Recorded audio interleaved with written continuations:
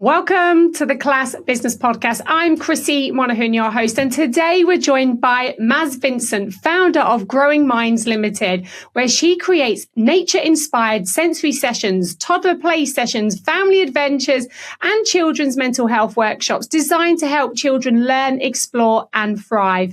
Maz is a double finalist at the Class Business Awards for Community Impact, sponsored by Socially Shared, and Service Innovations, sponsored by Nick Welsh. I really can't wait for this conversation with Marion. So let's dive in.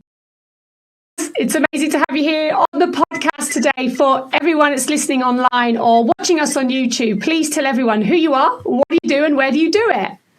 Oh, hi everyone. I'm Maz from Somerset, and I'm basically the founder and the proud owner of Growing Minds, which is a nature-based program based here in the beautiful county of Somerset, and it's inspiring families to get out in nature and learn all about the joys of what benefits nature brings to their lives and their children's development.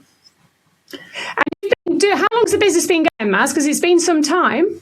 Yeah, I had a rocky start because it's been running for 6 years, but I set up in that unusual event called COVID, the pandemic, and I was set to start in the Easter because I had handed in my notice with my previous employer of 20 years, and I was all set to go. I had everything in place, you name it, my insurances, my logos, my lesson plans, and little did we know we were going to be sent into turmoil for several months through COVID. So it was 2020. However, I didn't let that beat me. I continued by having group chats online and everything, and having little groups. So I kind of started it in a very different way how I expected.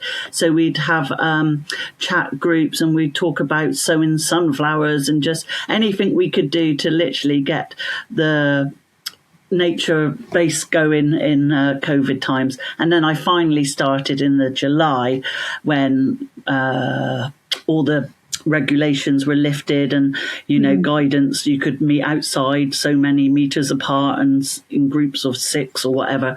So it's 6 years old, and I've only just celebrated that literally on the 16th of July. I looked back through my bookings and it was quite scary. I literally started with one family, and here I am now with kind of most of the time full classes, sometimes not always full, but that's fine. I'm about quality over quantity at Growing Minds. It's all about the experience than anything else. So it's amazing. So just before we touch on moving forward, what did you do for 20 years before then? What was the other job?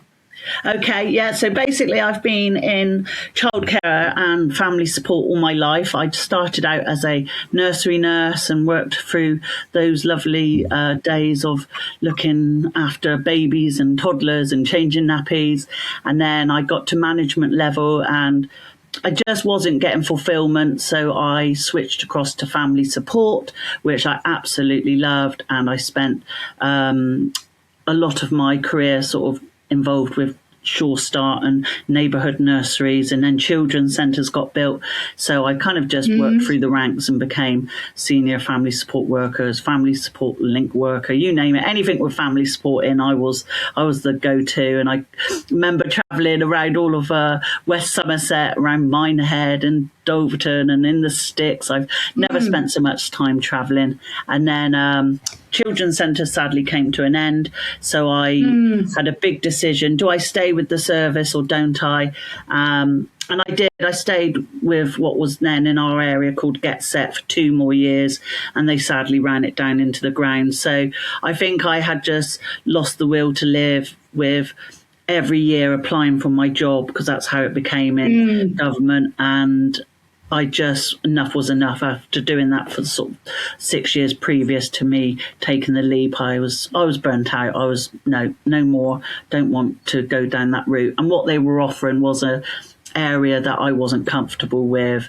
And then I think they showed me a book about that thick of legislation around SEND needs. I was like, no way, I am not going down that route. So I'd always contemplated setting up something, going out on my own when I was even at the children's centre, but the time wasn't right. You know, when you've got to be ready in your head, in your heart, in your, you know, in every aspect of life. And then 2020 was the time. Well, actually, I decided in 2019 that I was going to take the plunge and started getting the ball rolling behind the scenes, and Growing Minds became more than just a concept and an idea in my head, and that's how it grew. Yeah. So So you had like so much experience. Yeah, so much experience. And I bring that into my groups. I really pull on that because I think that's what sets me apart from a lot of my fellow, you know, children activity providers.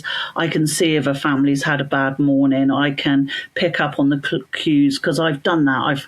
That's what, you know, that was my bread and butter for kind of 15, 20 years. So yeah, I definitely bring the nurturing into the groups a lot more than maybe some groups. So and I'm proud of that. And I think people feel, you know, just very, very at ease. And I think because I get to know everybody. Prime example, yesterday I had loads of new families, and I thought I made the decision not to do the Hello song over the summer. I wanted a bit of a break from the singing, and I thought, actually, no, I want to get to know these people. I don't want them to just be a number. So we did do the Hello song, and so that was 20 names I had to learn off straight away. And do you know what? I did it, Krissy. I got around the circle and I remembered all their names.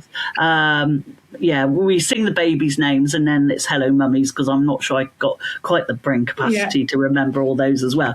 But I remember them when I'm speaking to them, and it's great, and they feel really part of something special then.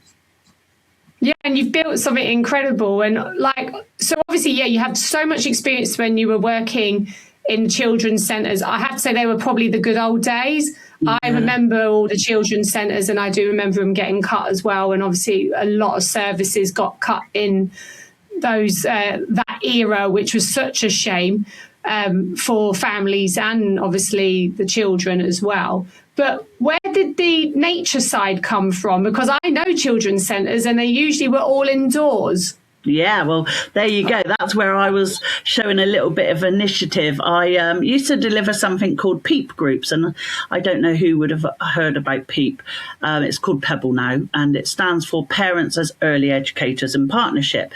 So that was the programme that our children's centre invested in. I went and did training years ago, and I was a real keen ambassador of it. It just sat with me so prolifically that I felt everything they were talking about, because it was about opportunities, it was about recognition, it was about modelling and interaction, and that's all the things that I love. So that framework came into groups that we used to do at the children's centre, and then I don't know, one day I just thought, I'm going to take them out. We've got a lovely park right next door to the children's centre, so we took them outside. And it was a totally different experience. The parents were more relaxed. The children were happier. You could just see their little faces lit up. Not that they didn't inside, but it was just different, Krissy. And from that, we just built that into our delivery. And then we were very blessed to get a 3-metre little plot in one of the local preschool's allotment. So we then would trundle down there every week, plant our things. And it was just, again, it was a lovely time. There's so much good chat going on between the grandparents and parents and carers. The children were all happy doing their little bit of spuddling around. And then from that, we grew into having a whole allotment of ourselves, belonging to the children's centre. And that just, I think, where it all began. And even before children's centres, I think I grew up on a farm. So my childhood was in hedgerows, out in the fields, roaming. It was all around me. It wasn't just an activity. It was a lifestyle. And maybe all that's played a part in making Growing Minds what it is today. So, yeah, it's kind of just, I took totally will have done. Yeah. Yeah, it would totally will have impacted. Yeah. Yeah, I think so. And it's not until that hasn't really dawned on me till recently. I think actually my childhood and my early sort of adolescence has definitely shaped where I am now.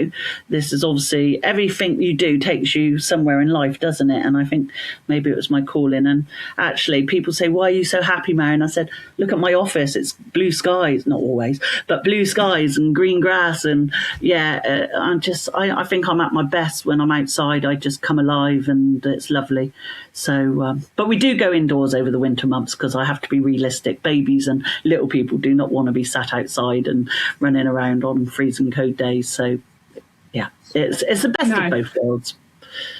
Yeah, I know. And you do a great, like you said, you do a great program outdoors when you can. And then obviously you go indoors to explore. And I know you've done things where you've collaborated with the local farmers and you had what was the lambing? Oh, my Love a Lamb event. Yeah. Yes, love a lamb. Yeah, only happens once a year, and that's happened now for 3 years in a row. The farm that I go and deliver at, they get super excited for it, as do I, and it just brings in a whole different caliber of people, different families completely, the ones that I would never ever see again, but they come out of the woodwork for Love a Lamb. They spot it when I start doing my social media campaigns, and they are there. So everyone does talk really fondly about Love a Lamb, and it's not just Love a Lamb, it's Pat a Pony, it's fuss over the pigs, and then go and sit on the tractors, and then it's lovely because how they set it up, they have all the different stages of the lambing. So they have the mums in their maternity unit, and some of the families were lucky enough to see a live lambing this year when it happened. Yeah, so that's something you don't get to experience ever. Do you know what I mean? And it's a real life farm. It's not a little, petting farm, or it's a proper farm. And then they have the nursery where the lambs are just very cheeky and they go mad as soon as they see Darren coming in with the bucket. They know it's feeding time and they all skip and jump, and the children love watching that. And then we go up to the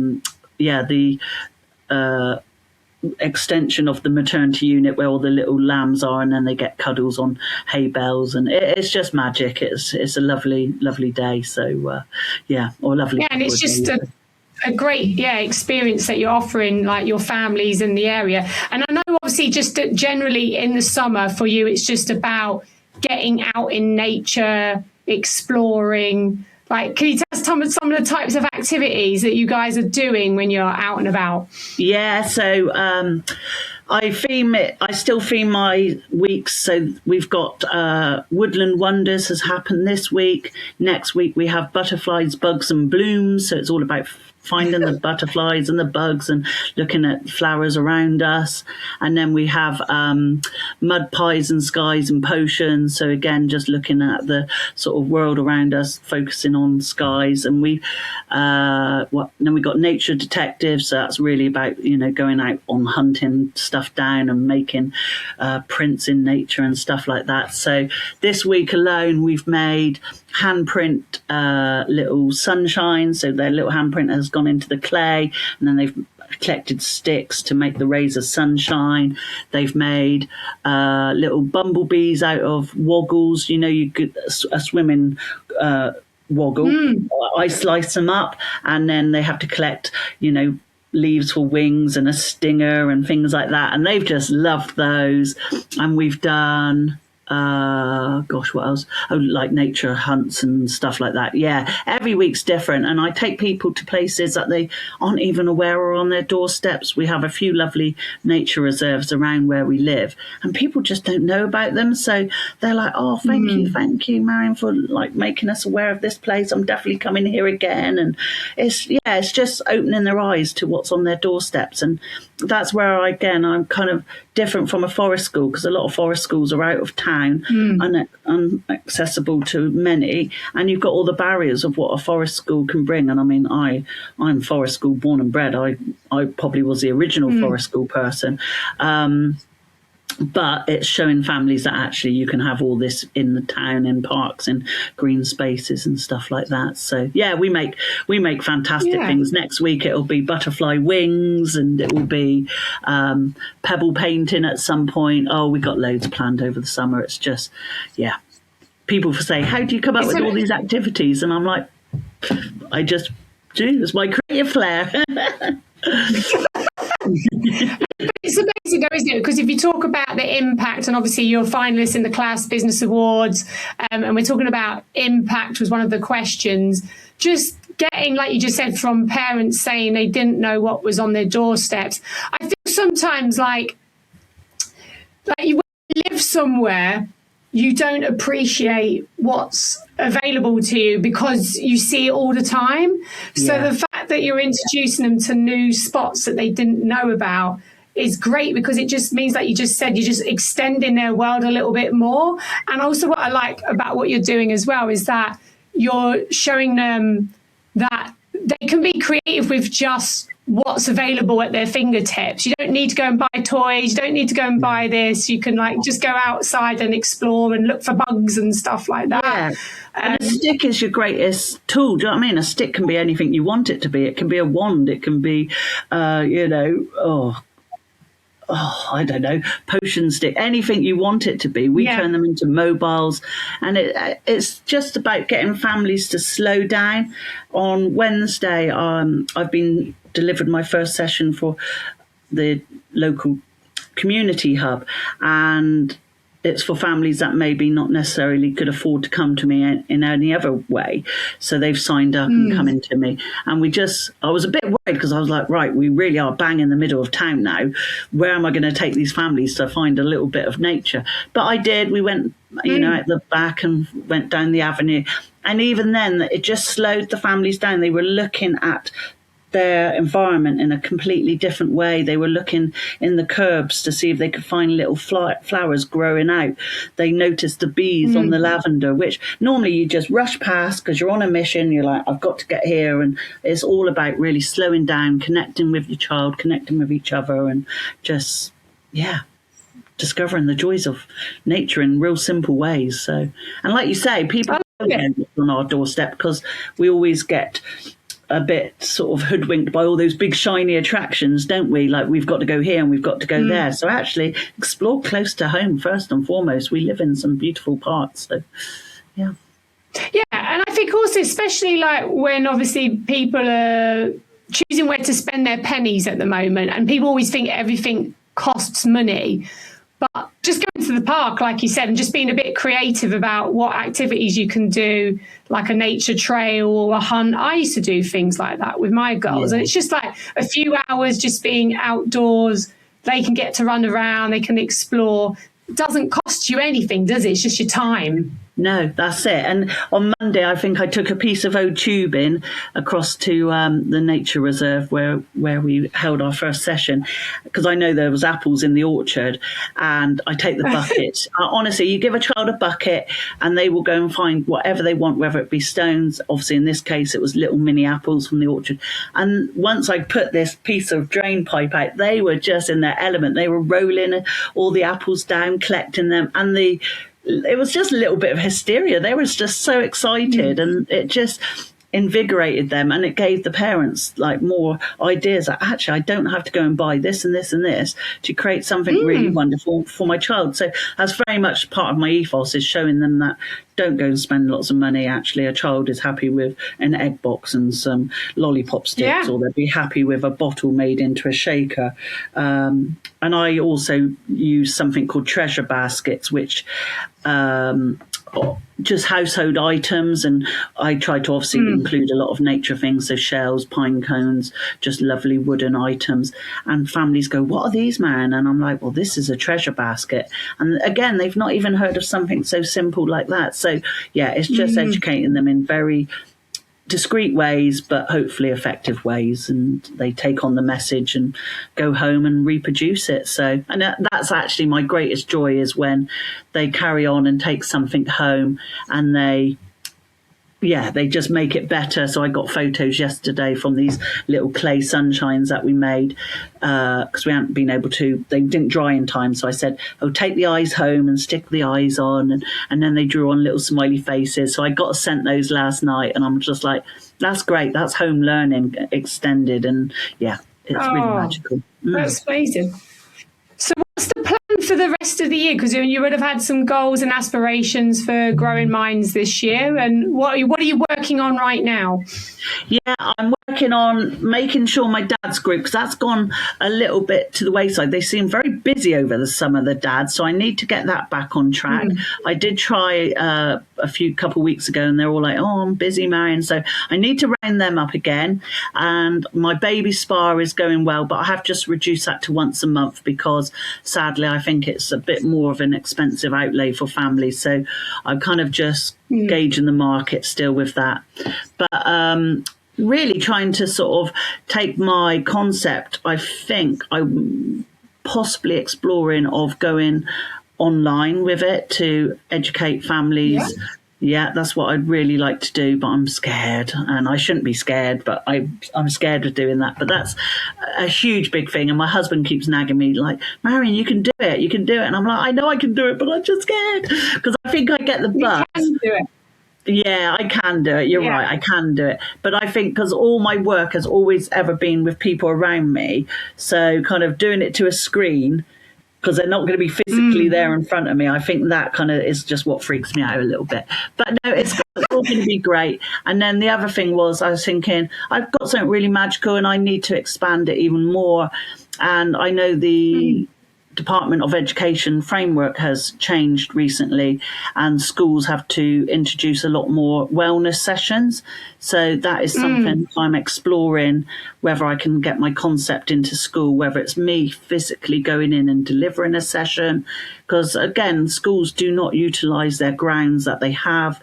I mean, our local schools got beautiful, beautiful grounds, but I don't know if they do forest school like they used to over there. So I think they've got a real duty of care to make sure these children are getting, a bigger picture in their lives and something I'm exploring, Krissy. So I don't know. Yeah. Something I'm exploring. Sounds amazing. And the thing is, you've got it'd be such a shame because you've got that 20 years experience beforehand and you've got your methodology of what you run, and it'd be lovely for other people to benefit from that work for sure. Yeah, I think so. And I want something I'm keen to do is more collaboration, sort of from watching everything you do and knowing all the good work that comes off the back of collaborations. I've got a dear friend who's just setting up her lovely new business, Cozy Cuddle Farm.